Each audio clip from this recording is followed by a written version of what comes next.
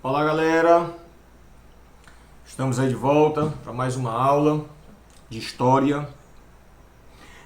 Nosso assunto de hoje, nosso tema hoje, vão ser as rebeliões na América Portuguesa, ok? Século XVIII em diante, nós vamos ter algumas revoltas de cunho separatista.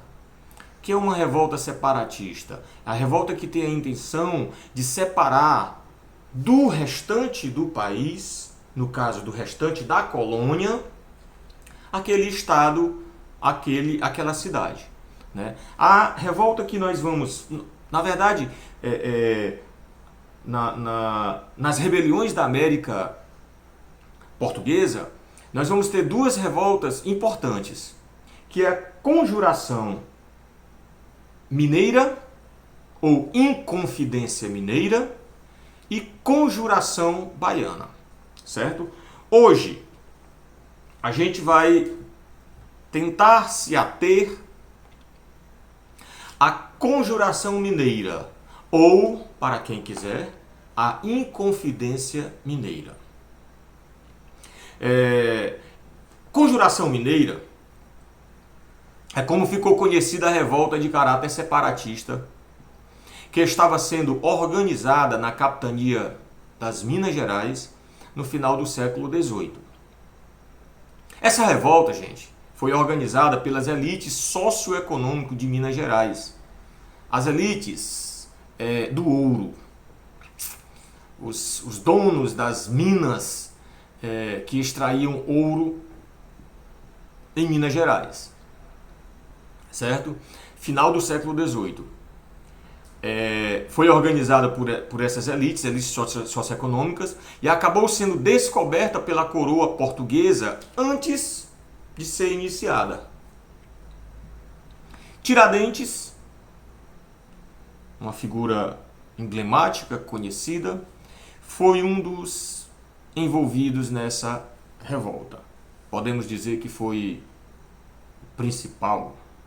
Será? Talvez sim, talvez não.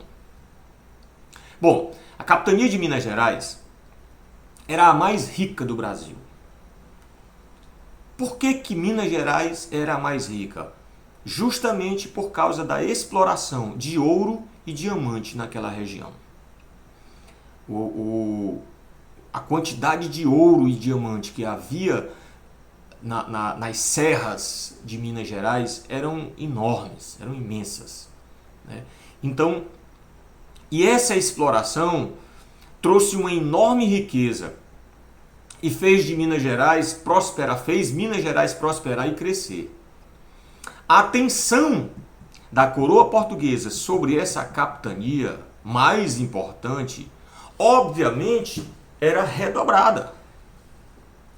Claro, era a capitania mais rica.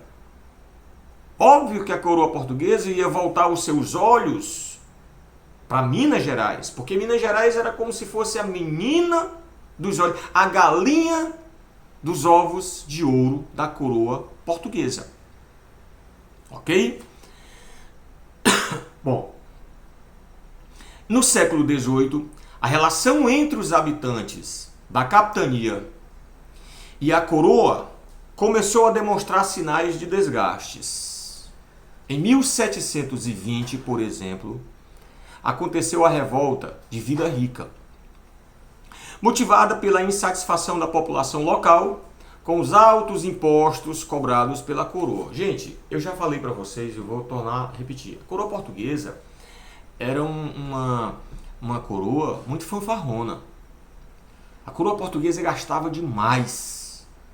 Por isso que ela cobrava altos impostos. Por isso que ela, pelo fato de esbanjar dinheiro, ela acabava tendo que cobrar das suas colônias, e Brasil era uma delas, não é isso? Cobrar altos impostos. E esses altos impostos geravam insatisfação. E a revolta de Vila Rica foi uma dessas insatisfações, ok? Outras revoltas aconteceram, muitas outras. mas elas não tiveram o objetivo de separar a capitania da coroa portuguesa. A partir da segunda metade do século XVIII, a política fiscal de Portugal em relação à colônia tornou-se muito mais rígida. Portugal, governado pelo Marquês de Pombal, ordenou o aumento da cobrança de impostos no Brasil como forma de financiar a construção de Lisboa, a reconstrução de Lisboa, destruída por um terremoto em 1755. Então veja só, isso contribuiu para corroer a relação entre os colonos e a coroa, até o ponto de, na década de 1780, começar a ser organizada uma conspiração nos bares, nas tabernas, né, nos ambientes mais obscuros e sombrios dos cantos e dos guetos e dos becos de Minas Gerais, né, as pessoas começaram a se organizar e começaram a discutir uma conspiração, uma rebelião. Sim, gente. Então vamos ver agora quem foram os participantes dessa conspiração, deste negócio. A Conjuração Mineira foi uma conspiração organizada pela elite socioeconômica da capitania das Minas Gerais. A elite que detinha a maior parte das minas de exploração de ouro. E justamente eles. Nas palavras das historiadoras Lilian Schwartz e Eloisa Starling, o grupo que formava os conspiradores da conjuração eram pessoas que tinham, abre aspas, laços familiares de amizade ou econômicos, fecha aspas, que os vinculavam com a, abre aspas, cúpula da sociedade das Minas Gerais, fecha aspas. Elas também destacavam que, apesar de ser formado majoritariamente por membros da elite socioeconômica, o grupo era composto por pessoas dos mais diversos ofícios. Então tinha sim um grupo muito grande de elite, mas também tinham outras pessoas que não faziam parte não compunham a elite, não faziam parte da elite, né? Tais como poetas, cônegos, engenheiros, médicos, militares, comerciantes e outros. O membro da conspiração de situação econômica mais humilde era um carinha chamado Joaquim José da Silva Xavier, o Tiradentes, comandante da tropa que monitorava a estrada Caminho Novo, que ligava o Rio de Janeiro a Minas Gerais. Ele, por sua vez, foi um dos membros mais participativos da conspiração, ou da conjuração. E quais foram as causas, professor, dessa conjuração mineira? A Inconfidência Mineira foi resultado da insatisfação dessa elite econômica da capitania das Minas Gerais com a política fiscal imposta pela coroa portuguesa. Falei para vocês que a coroa portuguesa esbanjava demais, gastava demais, né? Eles eram fanfarrões, juntavam-se com a Igreja Católica e eles gastavam, né, rios de dinheiro com festas, com farras. Obviamente que esse dinheiro teria que sair de algum canto. Então sai de onde? Vai ter que sair da cobrança de impostos. Ok? E isso vai acabar gerando insatisfação. Essa política fiscal da coroa portuguesa vai estar gerando muitas insatisfação. Essa insatisfação existiu ao longo de todo o século XVIII. Mas a partir da década de 1780, ganhou força e ares de separatismo. A galera começou a pensar, rapaz, o único jeito que resta para nós aqui é a gente proclamar a República de Minas Gerais, dando uma nova dimensão a esse movimento político, que antes era uma conjuração, uma revolta, passa-se a ser algo muito mais, não apenas uma revolta, mas um movimento separatista, de separar Minas Gerais do restante da colônia. Não se sabe o momento preciso em que a elite das Minas Gerais começou a conspirar contra a coroa, mas se sabe que foi em algum ponto da década de 1780. Os envolvidos com essa revolta tinham em mente que os impostos cobrados por Portugal eram excessivos, mas também estavam imbuídos de outros ideais, como a separação de Minas Gerais e a transformação de Minas Gerais em uma república. Então eles estavam preocupados com a questão da cobrança de impostos, né? Isso gerava neles uma insatisfação muito grande, mas eles também estavam imbuídos de outro propósito, né? Proclamar a República de Minas Gerais, transformar Minas Gerais em uma nação separada do restante da colônia. As duas historiadoras que eu citei no início chamam a atenção para um fato. A conjuração foi resultado do ressentimento, mas também da percepção de que as Minas Gerais tinham condições de existir sem a presença de uma coroa controladora. Óbvio, ouro e diamantes. Quer mais o quê? Será que não dá para subsistir? Será que não dá para se manter uma capitania dessa, se manter sozinha, sem a mão, né? sem o peso da bota da coroa portuguesa? Óbvio que dava. Ok? Eles tinham noção de que a capitania tinha condições econômicas de se autossustentar. E eu acredito que tinha mesmo. Porque era muito ouro, gente. Muito ouro. Que, por sinal, esse ouro, a maior parte desse ouro não ficou em Portugal. Portugal tinha dois grandes problemas. A coroa portuguesa. Gastava com muitas farras. Eram fanfarrões mesmo, bebiam muito, farreavam muito, faziam festas dos palácios e gastavam, e gastavam, e gastavam. E uma outra coisa muito séria de Portugal. Portugal não sabia negociar. A maior parte desse ouro foi para Inglaterra. Outro ponto que depois a gente vai ver mais para frente. Ok? Gente, o estopim para a deflagração do movimento contra a coroa aconteceu durante as administrações de Luís da Cunha Menezes e do Visconde de Barbacena, ambos governadores da capitania. O primeiro, Luís da Cunha Menezes, teve uma administração corrupta, prejudicou o interesse da elite local para favorecimento dos seus amigos pessoais. Parece até com alguém aqui, não sei, não vou dizer nada, mas parece com alguém que está por aí, né, favorecendo aí os interesses dos seus filhinhos e dos seus amiguinhos mais próximos.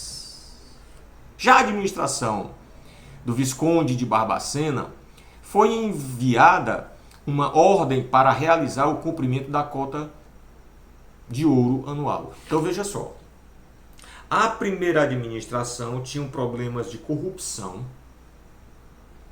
que acabava fazendo com que as pessoas pagassem mais impostos e não viam o retorno desses impostos por causa da corrupção. A segunda administração vai ter um outro problema. A coroa vai exigir o cumprimento da cota de ouro anual, que era estipulado pela coroa portuguesa. Para cumprir essa cota, foi autorizada a realização da derrama.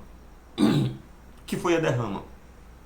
Cobrança obrigatória com o objetivo de alcançar as 100 arrobas de ouro. Ou seja,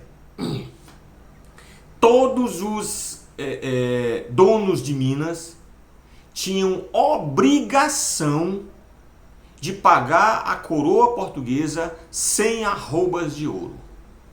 Isso causou uma indignação, porque a economia local estava em crise. Minas Gerais, a economia de Minas estava passando por crise, em virtude da queda da quantidade de ouro extraído. Gente, não tem ouro para todo mundo, vai acabar, vai diminuir. Então estava sendo, cada dia estava se tornando mais difícil achar ouro. Estava diminuindo. E esses donos, né, essa elite socioeconômica, estava começando a sentir o peso dessa cobrança. A possibilidade de uma derrama alarmou a elite local e antecipou os preparativos para uma revolta contra a coroa. Os conspiradores planejaram iniciar a revolta para o dia em que a derrama fosse realizada. Um dos grandes propagandistas e protagonista dessa conspiração, como eu já falei para vocês, foi Tiradentes, Joaquim José da Silva Xavier. Não esquece o nome desse cara, ok? E aí eu quero que vocês entendam uma coisa. O que essa galera defendia? Eles queriam o quê? Vamos ver aqui. Quais eram as reivindicações feitas pelos Inconfidentes? Dá para perceber que eram reivindicações variadas, mas em geral podem ser resumidas nos seguintes pontos. Primeiro, proclamação de uma república aos moldes dos Estados Unidos, no modelo dos Estados Unidos, certo? Segundo, realização de eleições anuais. Terceiro, incentivo à instalação de manufaturas como forma de diversificar a produção econômica das Minas Gerais. Ninguém vai viver eternamente só do ouro, porque vai acabar. Ninguém vai viver eternamente só de diamante, porque vai acabar. Então a gente precisa gerar um outro meio de arrecadação. A gente precisa descobrir um outro meio de fazer com que a nossa economia se mantenha em alta. E para isso, uma solução seria instalações de manufaturas. Formação de uma milícia nacional composta pelos próprios cidadãos de Minas Gerais. Essa milícia aqui está se referindo exatamente a um exército, a uma estrutura de segurança, de proteção, ok? Ou seja, esses eram os principais pontos. Agora tem um ponto, gente, que é interessante, que gerou divergência dentro da própria Conjuração Mineira. Foi a questão dos escravos. Não existia um consenso entre os inconfidentes. Assim, alguns defendiam a libertação dos escravos, mas outros defendiam a permanência da escravidão, caso a capitania alcançasse sua independência. Então ficou aquela briga, né, de um lado para o outro, né? Uns queriam a libertação dos escravos, outros não, ok? Bom, os colonos pensavam em realizar uma revolta em Vila Rica, que depois se espalharia por toda a capitania. Para ter sucesso nessa empreitada, os inconfidentes planejaram uma guerra de desgaste, que forçaria a coroa portuguesa a negociar o fim das hostilidades. Eles buscaram ajuda internacional de americanos e franceses e até tiveram alguns acenos de apoio, mas que não se concretizaram em ações efetivas. Como terminou a Inconfidência Mineira? Eles não conseguiram apoio da Inglaterra e da França, não é isso? Não conseguiram apoio, na verdade, dos americanos, né, e dos franceses. A Inglaterra jamais ia apoiar essa Inconfidência, porque a Inglaterra era aliada de Portugal, né? E aí o que é que vai acontecer? A coroa portuguesa vai debelar a rebelião e vai prender todos. Só que eu quero chamar a atenção de vocês para alguns fatores importantes. As condenações foram as mais diversas e incluíram penas como degredo. O que era isso? Alguns foram expulsos para a África, certo? Outros, prisão perpétua. Outros, condenação à forca. Vários dos envolvidos foram condenados por morte na forca. Mas Dona Maria, rainha de Portugal, perdoou todos os condenados. Menos um. Tiradentes. Por que será, gente, que Dona Maria, rainha de Portugal, perdoou todos os outros e não perdoou Tiradentes? Será que é porque ele era o menos abastado? De todos aqueles que estavam lá, ele era o mais pobre? Eu creio que sim. Eu tenho certeza que sim. Que há sim uma relação aí de desigualdade social. Embora Tiradentes não fosse pobre, mas comparado aos outros que participaram, ele era pobre. Ok? Tiradentes foi preso no Rio de Janeiro e em maio de 1889, sua morte foi utilizada como exemplo de intimidação e ocorreu porque Tiradentes era o grande protagonista do movimento. Quando preso, estava em viagem para divulgar a conspiração que estava sendo organizada. E quando ele foi preso, ele estava viajando justamente para divulgar a conspiração. Tiradentes acabou sendo enforcado no dia 21 de abril de 1792, no Rio de Janeiro. Foi esquartejado e partes do seu corpo foram espalhados pelas estradas que ligavam o Rio de Janeiro a Minas Gerais. Sua cabeça foi colocada em exposição na Praça Central de Vila Rica e lá permaneceria até apodrecer. Mas acabou desaparecendo e não se sabe o seu paradeiro até hoje. Ou seja, qual foi a intenção da coroa portuguesa em penalizar Tiradentes dessa forma? Para mostrar para todos os outros da capitania que quem se atrevesse a bater de frente com a coroa portuguesa teria o mesmo fim, sofreria a mesma punição. E esse quem que eu estou me referindo, não estou me referindo às elites, porque as elites não sofreram, com exceção daqueles que foram expulsos para o continente africano. Certo? Mas a grande maioria recebeu perdão.